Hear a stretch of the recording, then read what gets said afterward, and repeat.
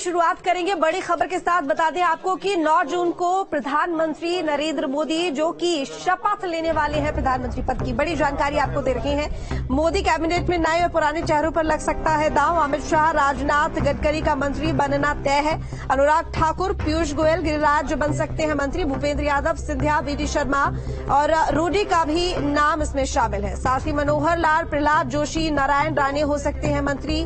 नई सरकार में सहयोगी दलों के नेता भी बनेंगे मंत्री। जयंत चौधरी, संजय झा, प्रफुल्ल पटेल को भी मौका मिल सकता है। देवीचंद्र ठाकुर और चिराग पासवान भी शामिल हो सकते हैं कैबिनेट में। कुमार स्वामी, राम मोहन नायडू भी बन सकते हैं मंत्री। तो अनुप्रिया पटेल, चंद्र प्रकाश चौधरी भी मंत्री बनाए जा सकते हैं। इसके साथ ही ज्यादा जानकारी के लिए अमित चौधरी हमारे साथ में जुड़े हुए हैं लाइव।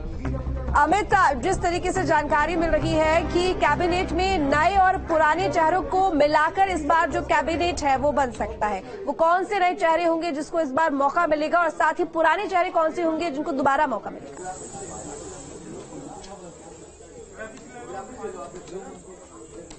अभी तो देखिए, अगर बीजेपी के जुड़े चेहरों की बात की जाए तो बीजेपी के पिछली 2 सरकार में जो मंत्री रहे हैं, जिन्होंने अपने मंत्रालयों में अच्छा काम किया, या बड़े मंत्रालय चलाने वाले जो नेता हैं, उनको दोबारा से इस कैबिनेट में मौका मिलेगा और यहां पर अच्छे मंत्रालय दिए जाएंगे बीजेपी के अंदर वाले नेताओं के। वहीं सहयोगी दलों को साधना भी जरूरी है, क्योंकि बीजेपी इस बार कम सीटें पाई है, पूरा बहुमत का आंकड़ा टच नहीं कर पाई है। तो जो सहयोगी दल हैं उनको साधने के लिए भी तमाम जो मैराथन मीटिंग है वो चलती रही है। चुनावी नतीजे आने के बाद तमाम बीजेपी के सहयोगी दलों ने दिल्ली में डेरा डाला हुआ है। उनके वरिष्ठ नेताओं के साथ साथ सांसद और अन्य जो बड़े पदाधिकारी हैं उनको दिल्ली में बुला लिया गया और कई दौर की मीटिंग हो चुकी है। आज सुबह भी एक फाइनल मीटिंग अमित शाह के घर पर हुई थी। उस मीटिंग में फाइनल मोहर लग गई है, जो सूत्रों के हवाले से खबर आई है। ऐसे में एनडीए के सहयोगी दलों को भी अच्छे मंत्रालय दिए जाने की बात सूत्रों के हवाले से सामने आ रही है। उसमें सबसे ज्यादा जो मंत्रालय है उसकी मांग टीडीपी की तरफ से की जा रही है और नीतीश कुमार की तरफ से की जा रही है। चिराग पासवान भी मंत्री बनेंगे, इस तरीके की भी खबरें लगातार सामने आ रही हैं। लेकिन जिस तरीके के मंत्रालय एनडीए के सहयोगी दलों के द्वारा मांगे जा रहे थे, उन मंत्रालयों में कुछ फेरबदल हो सकता है। कहीं ना कहीं आपस में समन्वय बना लिया गया है, जिस तरीके की खबरें आई हैं। और बड़े मंत्रालय बीजेपी अपने पास रखना चाहती है। गृह मंत्रालय की बात कर लें, एचआरडी मिनिस्ट्री की बात करें, वित्त मंत्रालय की बात करें तो या गृह मंत्रालय की बात करें, इस तरीके के जो बड़े मंत्रालय हैं वो अपने पास रखे जा सकते हैं। स्पीकर की मांग टीडीपी की तरफ से की गई थी कि उनकी पार्टी के नेता को स्पीकर बनाया जाए लोकसभा का।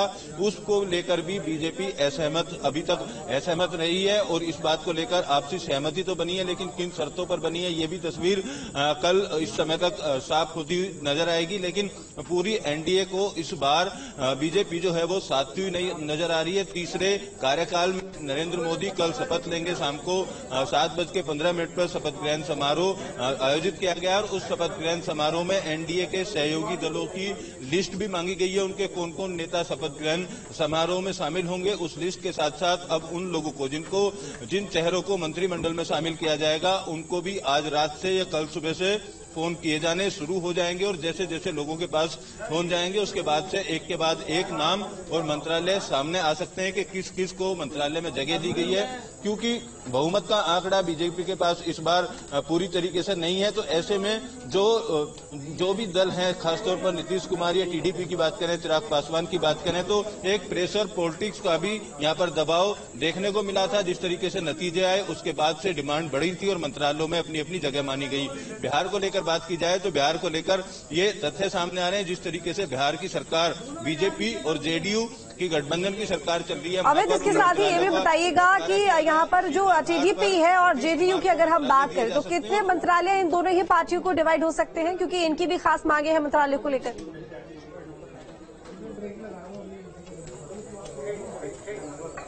बिल्कुल, देखिए जेडीयू को लेकर अगर बात करें तो जेडीयू को उतने मंत्रालय दिए जाने की बात सामने आ रही है बिहार में सहयोगी दलों को जितने मंत्रालय बीजेपी के बिहार के नेताओं के पास हैं। तो दोनों में समानता रखने की बात सामने अभी तक सूत्रों के हवाले से सामने आई है। यानी बिहार से जो बीजेपी के नेता मंत्रालय में शामिल होंगे उतने ही एनडीए के जो दल हैं उन दलों के नेताओं को मंत्रालय में शामिल किया जाएगा। हालांकि नीतीश कुमार की तरफ से 2 मंत्रालयों की यहाँ पर मांग की गई थी, जो शुरुआती तौर पर जानकारी आई। चिराग पासवान की तरफ से भी मंत्रालय की मांग की गई गई थी। अन्य जो सहयोगी दल है, हम पार्टी है, उसकी तरफ से भी एक मंत्रालय की मांग की गई थी। तो माना जा रहा है बिहार में जो गठबंधन के सहयोगी दल हैं उनको तकरीबन 4 के आसपास मंत्रालय मिल सकते हैं। केंद्रीय मंत्रालय कितने होंगे या राज्य मंत्रालय कितने दिए जाएंगे, ये तस्वीर अभी साफ पूरी तरीके से नहीं हो पाई है। और इसी तरीके से टीडीपी की अगर बात कर लें तो टीडीपी की तरफ से लोकसभा में स्पीकर अपनी पार्टी से बनाने की मांग की गई थी और साथ ही 3 मंत्रालयों की मांग की गई थी। उस पर सहमति किस तरीके की जताई गई है यहाँ पर, क्योंकि लगातार राजनाथ सिंह की बात करें या अमित शाह की बात कर लें, तो तमाम जो वरिष्ठ नेता हैं बीजेपी के, वो लगातार एनडीए के तमाम घटक दलों से मुलाकात करते रहे हैं। कल भी सभी को बुलाकर बातचीत की गई थी और उस बातचीत के बाद में आज सुबह भी फाइनल एक मीटिंग हुई है। तो मंत्रालय को लेकर तस्वीर पूरी तरीके से साफ हो गई है। उत्तर प्रदेश की बात करें तो उत्तर प्रदेश में इस बार बीजेपी को खासा नुकसान उठाना पड़ा। तो उम्मीद यही जताई जा रही है कि उत्तर प्रदेश में कम मंत्रालय इस बार क्योंकि देखिए सबसे ज्यादा देखा गया है कि कैबिनेट में अगर मंत्री होते हैं तो उत्तर प्रदेश से ही होते हैं। इस बार क्या तस्वीर देखने को मिलेगी?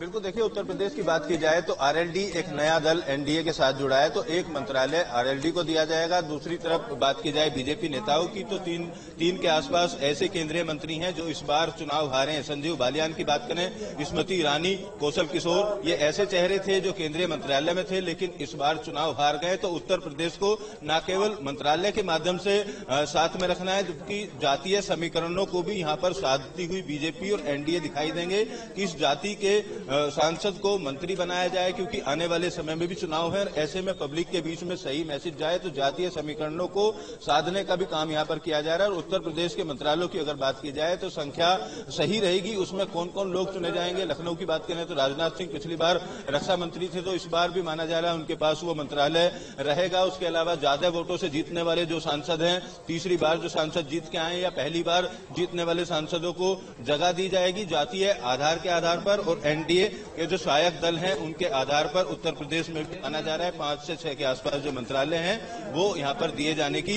चलिए ठीक है अमित, बहुत शुक्रिया आपका तमाम जानकारी। बात करें तो महाराष्ट्र में भी तकरीबन 4।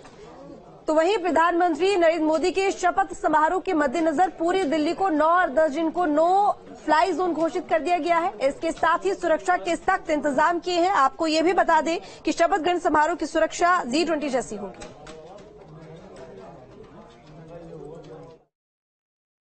विश्व के सबसे बड़े लोकतंत्र के शपथ ग्रहण समारोह यानी मंत्रिमंडल के शपथ ग्रहण समारोह के साक्षी बनने के लिए विदेशी मेहमान भी राजधानी दिल्ली पहुंचने वाले हैं। इनके लिए 4 होटलों को चुना गया है, ताज, आईटीसी मौर्या, लीला और ओबराय। और उनकी सुरक्षा उसी तरीके से सुनिश्चित की गई है जैसे G20 बैठक में की जाती थी। जो मेरे पीछे आपको ये रोड नजर आ रही है, दरअसल ये सरदार पटेल मार्ग है जो धौला कुआं से केंद्रीय दिल्ली तक जाता है। और जब भी वीवीआईपीज की मूवमेंट होगी यानी रविवार शाम, तो इस पूरी की पूरी सड़क को बंद कर दिया जाएगा, रूट लगा दिया जाएगा। दिल्ली पुलिस की मौजूदगी अभी भी यहां पर देख सकते हैं और होटल के अंदर के कुछ कमरों को भी सिक्योर कर दिया गया है C4I के लिहाज से। मैं चाहूंगा कि मेरे कैमरा सहयोगी जो होटल के ऊपर आईटीसी मोरे के ऊपर टावर्स लगे हुए हैं उनकी तरफ भी फोकस करे। C4I का अर्थ है communication, computing, command and control के साथ साथ इंटेलिजेंस सेंटर, यानी C4I के लिए भी कई कंपनियां यहाँ पे मौजूद हैं और इंटेलिजेंस के भी पूरी तरीके से इस बात को पुख्ता किया जा रहा है कि जो विदेशी मेहमान श्रीलंका, भूटान, इसके अलावा मॉरिशस और बांग्लादेश समेत नेपाल समेत कई देशों से आने वाले हैं, उनके राष्ट्राध्यक्षों को इन होटलों में रुकवाया जाए और उसके लिए सुरक्षा पूरी तरीके से सुनिश्चित कर दी जाए। तो यहां से लेकर के और केंद्रीय दिल्ली यानी धौला कुआं के बाद नो फ्लाई जोन बना दिया गया है।